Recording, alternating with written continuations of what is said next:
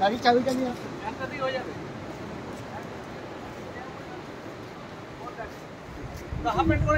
আয় চল মোমো উপরে যাবে। বাড়িতে রেখে দাও। হ্যাঁ গাড়িতেই রেখে দেবে তো। ও বস গাড়িতে রেখে দিলে তো হয়ে যায়। এখানে ছেড়ে দাও, লোকে নিয়ে পড়ে চলে যাবে। আরে প্রকাশ বাড়িতে রাখো না।